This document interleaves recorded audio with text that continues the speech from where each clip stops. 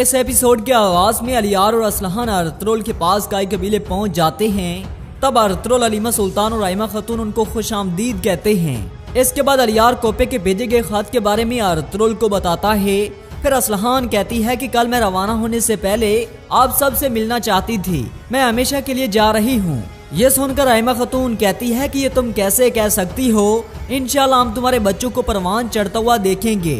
फिर असलहान अर्तुरुल से कहती है कि उराल मेरे लिए एक जिंदा लाश से ज्यादा कुछ नहीं, यकीनन जिस चीज का वो मुस्तहिक है वो पाएगा, लेकिन मेरे अल्लाह ने मुझे एक बहादुर भाई अता किया है और अल्लाह पाक ने मुझे अम्मा हैमा की शक्ल में प्यारी सी माँ अता की है और मैं आप सब की शुक्रगुजार हूँ। इसके बाद हैमा खातून असलहान को दुआएं देती है। फिर वो सब खाना खाना शुरू कर देते हैं। दूसरी जानब दुआन शदीद जख्मी हालत में जिंदा होता है और उठने की कोशिश करता है और कहता है कि ऐ मेरे अल्लाह, मुझे मेरे कबीले पहुंचने से पहले शहादत मत देना। ऐ मेरे अल्लाह, मुझे मेरे सरदार तक पहुंचा दे। फिर दुआन खुद को घसीटता हुआ अपने घोड़े की तरफ बढ़ता है। इसके बाद कराचाइसर कला में हाजत रियान और दोमरोल अपनी दुकान में मौजूद होते हैं। इसी दौरान उनको शोर की आवाज आती है तो वो जल्दी से दुकान से बाहर निकलते हैं। तो इसी दौरान वसीलो दुंदार को लेकर कले में दाखिल होता है और कला में मौजूद लोग दुंदार पर तशद्दुद करते हैं और कहते हैं कि मार दो इसे। जब हाजत रियान और दोमरोल उसे देखते हैं तो वो बहुत परेशान हो जाते हैं। इसके बाद वसीलो सबको खामोश करवा कर कहता है कि ये इतनी आसान मौत का हकदार नहीं है, क्योंकि ये उस गद्दार तुर्क का भाई है जो मेरे कला में आया और मेरे कमांडर्स को मारा। इसके बाद वसीलो दोमरोल और हाजत रियान को सुनाने के लिए कहता है कि मैं इसे शहनशाह के पास भेजूंगा ताकि हमारे शहनशाह तुर्कों से अपने हाथ से इंतकाम ले सकें। यह सुनकर दोमरोल गुस्से में अपनी तलवार निकालने ही लगता है तो हाजत रियान दोमरोल का हाथ पकड़ लेता है और कहता है कि पुरसकून रहो, क्या तुम पागल हो। इस पर दोमरोल हाजत रियान से कहता है कि अपनी आंखें खुली रखें, अब हमारे सरदार इस कला को जमीन बोस कर देंगे और सब कुछ याद रखो और सब कुछ सुनो ताकि जब हम इस कला को फतह करें तो आप हमें रास्ता दिखाएं। फिर हाजत रियान कहता है कि तुम फिक्र ना करो और फौरन अर्तुरुल साहब को इतला दो।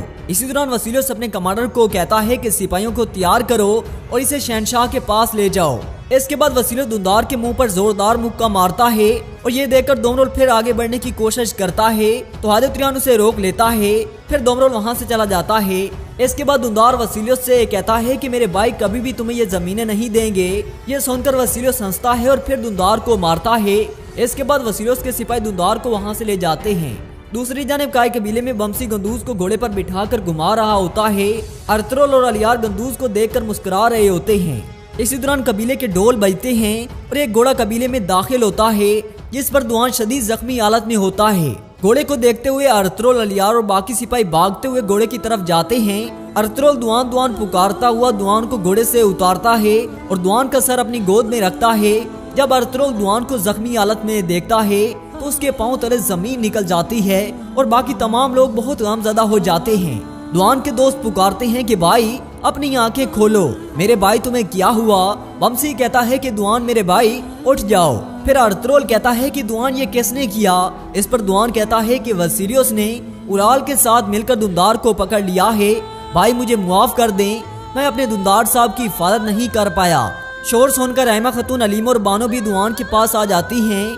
जब हैमा खातून दुआन को इस हालत में देखती है तो बहुत गमगीन हो जाती है। फिर बानो दुआन का सर अपनी गोद में रखकर रोते हुए कहती है कि मेरे शेर दिल दुआन, अपनी आंखें खोलें, मेरे शेर क्या हो गया है आपको। फिर दुआन बानो से कहता है कि हमारे बच्चे को अर्तुरुल साहब और हमारे कबीले के लायक बनाना।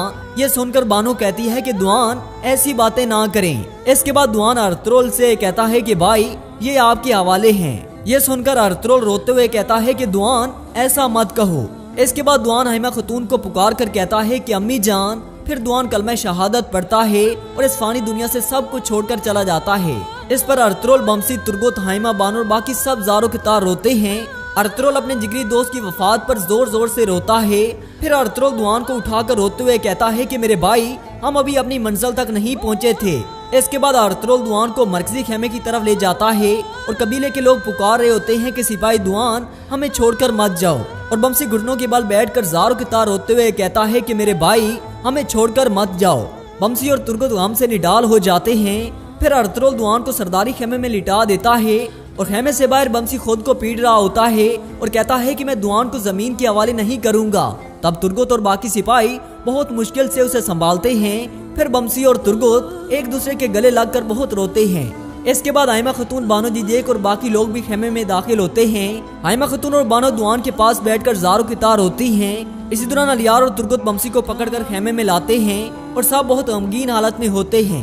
फिर बानो कहती है कि दुआन मुझे छोड़कर मत जाएं। दूसरी जानिब कराचासर कला में हाजत रियान अपनी दुकान पर मौजूद होता है और उनके हाथ में वो तीर होता है जिससे उराल ने हाजत रियान को मारने की कोशिश की थी और अर्तुरुल ने उस वक्त उनकी जान बचाई थी। उस तीर को देखकर हाजत रियान कहता है कि ऐ बूढ़े शख्स, कभी तुम इस तीर की नोक से कैसे बचे थे और मैं अर्तुरुल साहब के बगैर कभी भी भाग ना पाता।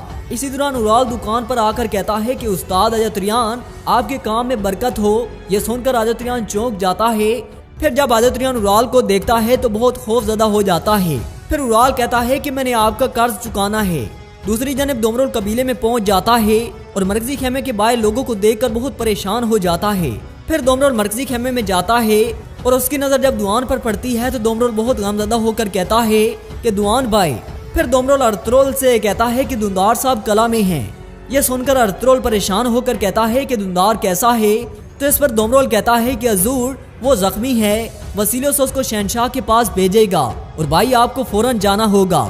यह सुनकर अर्तुरुल कहता है कि अब वो मजीद मेरे किसी भाई की जान नहीं लेगा और तुम कला जाकर अलीना से कहो कि वो तैयार रहे और पैगाम के इंतजार करे।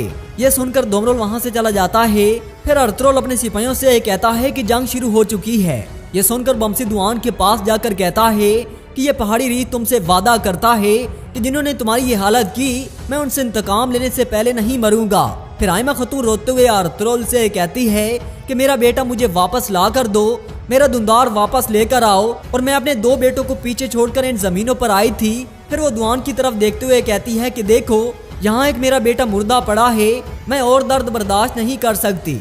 यह सुनकर अर्तुरुल कहता है कि अम्मी जान, मैं दुंदार को वापस लेकर आऊंगा। इसके बाद अर्तुरुल और उसके सिपाही खेमे से निकलते हैं और अपने घोड़ों पर सवार हो जाते हैं। फिर अर्तुरुल कहता है कि हर कोई शहादत के लिए तैयार रहे, मैं इंतकाम लिए बगैर वापस नहीं आऊंगा।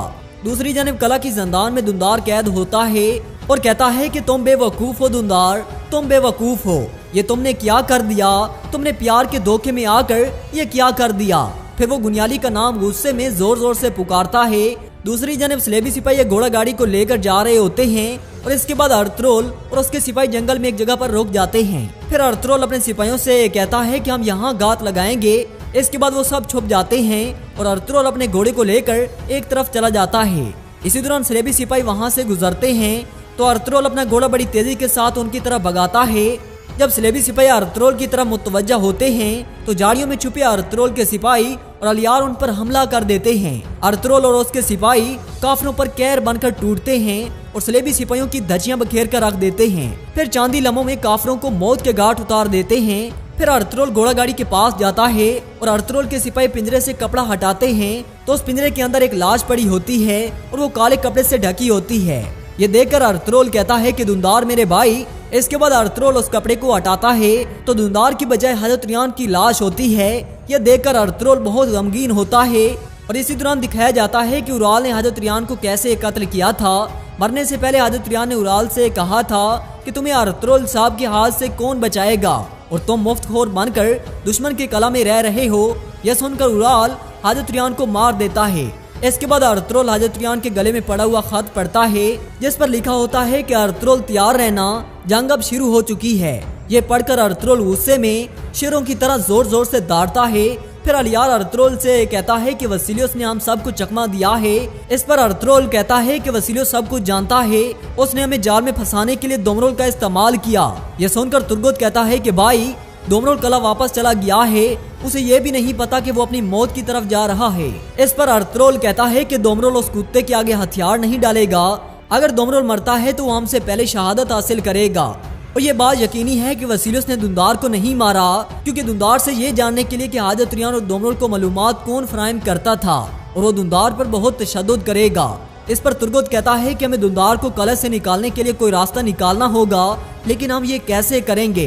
इसके जवाब में अर्तुरुल कहता है कि तुर्गुत, अल्लाह की ताकत के आगे किसी कला की दीवारें कुछ नहीं हैं। लेकिन असल मसला ये है कि वसीलियोस को पता कैसे चला कि दुआन और दुंदार कोनिया जा रहे हैं।